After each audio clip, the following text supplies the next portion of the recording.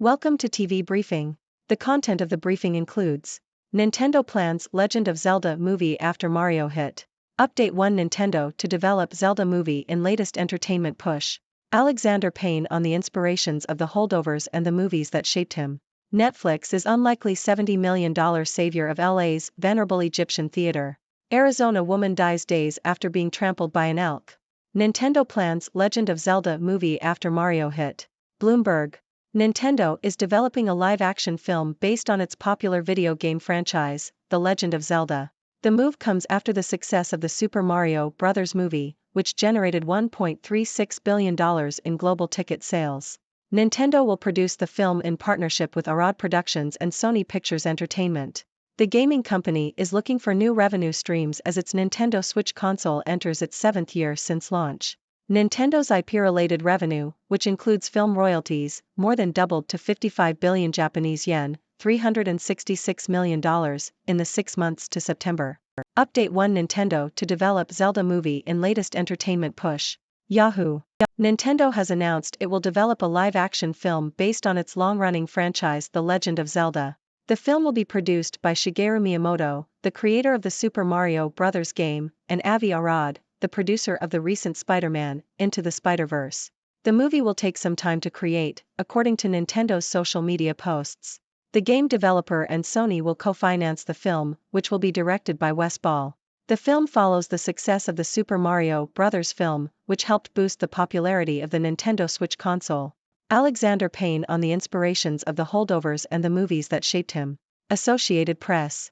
Alexander Payne says he wanted to splash around in the films of our contemporaries while making The Holdovers, his latest movie. Speaking to the Associated Press, Payne, 62, said he had his cast and crew watch 70s movies including The Graduate, Harold and Maude, Clute, Paper Moon, and All the President's Men before shooting began on his latest film, which is set in a Northeast prep school in 1970.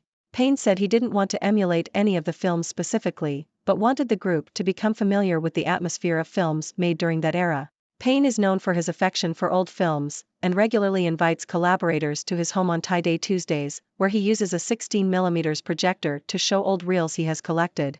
Payne is a big fan of Hal Ashby's 1971 film Harold and Maude and says he watched it several times when he was 10.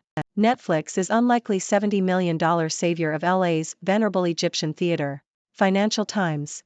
Netflix has funded the restoration of the Egyptian Theater, a historic cinema in Los Angeles, which has reopened this week after a 4-year, $70M+ renovation. The streaming company has also previously restored the Paris Theater in New York. Ted Sarandos, co-CEO of Netflix, has said the company will show its own movies in the Egyptian during the week, before handing it over to the American Cinematheque, which will curate a weekend program featuring a mixture of recent and classic films. The cinema can project nitrate film, a highly flammable medium used between the 1890s and 1950s. Arizona woman dies days after being trampled by an elk. Associated Press. An Arizona woman has died a week after being critically injured in what is believed to be the first deadly elk attack in the state, wildlife officials said Tuesday. The woman's husband found her in the backyard of their house in Pine Lake, a community 15 miles, 24 kilometers, southeast of Kingman, on the afternoon of October 26. She was taken to a local hospital and then transferred to Sunrise Hospital in Las Vegas, according to the Arizona Game and Fish Department. The woman was put into a medically induced coma. She died on Friday, according to the Clark County Coroner's Office in Las Vegas. Her death has been ruled an accident. Why managers get ADHD wrong. Financial Times. Many working adults struggle with ADHD, which affects their ability to focus and complete tasks. Shortages of ADHD medication have compounded the problem, with some patients forced to go without or ration their medication. To better understand employees with ADHD, managers can make adjustments to improve working conditions. Workers themselves can also take steps to cope, such as creating a structured routine and seeking support from ADHD training and coaching programs. Supreme Court conservatives hint at a limit to gun rights. Bloomberg. The U.S. Supreme Court has been hearing arguments in a gun case, considering whether a person deemed to be dangerous, such as someone with a domestic violence order, has a right to own a firearm. Several conservative justices indicated that someone with such a history can be barred from owning a gun. The court's conservative majority last year strengthened individual gun rights, making it harder for the government to regulate firearms ownership, but left it unclear where the legal line is drawn. The current case may provide more clarity on the issue. Historic Egyptian theater to reopen after Netflix restoration. The Guardian. Netflix has reopened the historic Egyptian theater in Hollywood after a $70 million renovation. The streaming giant plans to use the venue as a location for premieres and events, as well as screening classic movies on weekends.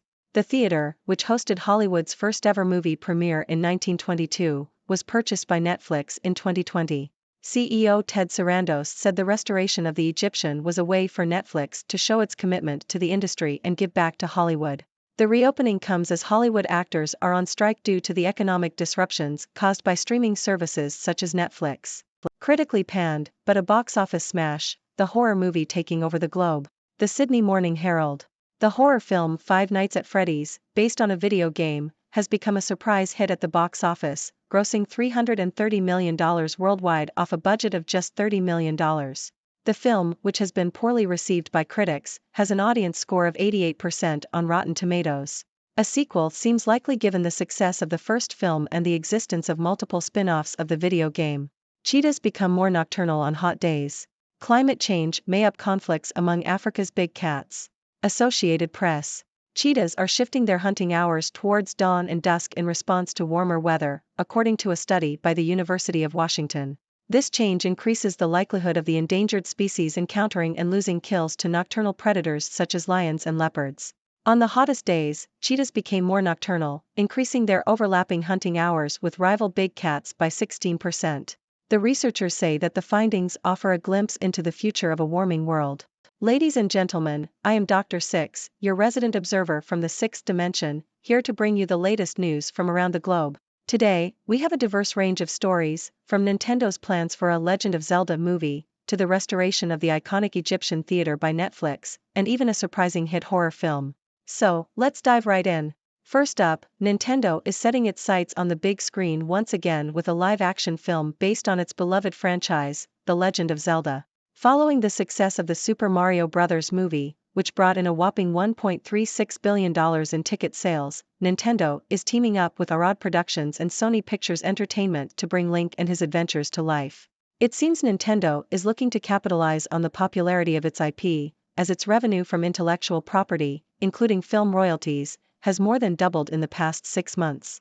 So get ready, gamers, because Hyrule is coming to a theater near you. In other film news, acclaimed director Alexander Payne has revealed his inspirations behind his latest movie, The Holdovers. Payne wanted to immerse himself and his crew in the films of the 1970s, such as The Graduate, Harold and Maude, and All the President's Men. While he didn't aim to replicate these films, he wanted to capture the essence and atmosphere of that era. Payne's love for cinema doesn't stop there, as he regularly hosts movie nights at his home, showcasing old films on his 16mm projector. It's clear that Payne is a true cinephile, and his passion shines through in his work. Moving on to the world of streaming, Netflix has once again made headlines by restoring the historic Egyptian theater in Los Angeles. This $70 million renovation project is part of Netflix's commitment to the film industry, and the theater will now be used for premieres, events, and screenings of classic movies. It's a way for Netflix to give back to Hollywood and show its dedication to the industry. However, this news comes at a time when Hollywood actors are on strike due to the economic disruptions caused by streaming services like Netflix. It's an interesting dynamic in the ever-evolving landscape of entertainment. In a more unusual story, an Arizona woman tragically passed away after being trampled by an elk. This incident is believed to be the first deadly elk attack in the state. It serves as a reminder that even seemingly harmless encounters with wildlife can have devastating consequences. Our thoughts go out to her family and friends during this difficult time. Shifting gears, let's talk about ADHD in the workplace. Many adults struggle with this condition, which affects their ability to focus and complete tasks. Shortages of medication have only worsened the situation, leaving some individuals without the help they need. However, managers can make adjustments to improve working conditions for employees with ADHD, and individuals themselves can seek support through training and coaching programs. It's important to create an environment that allows everyone to thrive, regardless of their neurodiversity. In the realm of the U.S. Supreme Court, justices are considering a gun case that could have significant implications for gun rights. The court is debating whether individuals deemed dangerous, such as those with domestic violence orders, should be allowed to own firearms. The conservative majority on the court has previously strengthened individual gun rights, but the line between regulation and individual freedom remains unclear. This case could provide some much-needed clarity on the issue. Lastly, let's talk about a surprising success at the box office. The horror film Five Nights at Freddy's, based on a video game, has defied critical reviews and become a global hit. With a budget of just $30 million, the film has grossed an impressive $330 million worldwide. Its success is a testament to the power of fan loyalty and the popularity of the video game franchise. It's clear that sometimes, audiences connect with a film in ways that critics can't quite capture.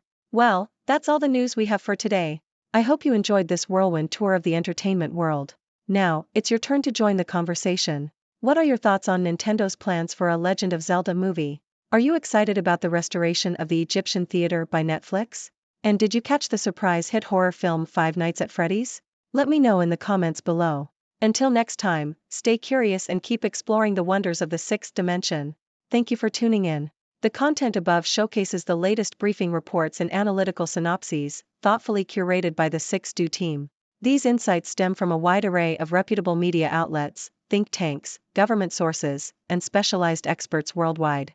We encourage you to explore these sources for a comprehensive perspective. Keep in mind that while the content may not always align with the official standpoint of 6Do Brief, it's not meant to be taken as absolute directives for decision-making. Comprising seasoned media professionals, learned scholars, and accomplished scientists, the 6Do team embodies a trailblazing, fully independent media entity. To customize 6Do Brief to meet your professional needs, you have the option to subscribe to a diverse array of briefings on our website, 6dobrief.com. Regardless of your location, you can conveniently receive 6Do Brief via email.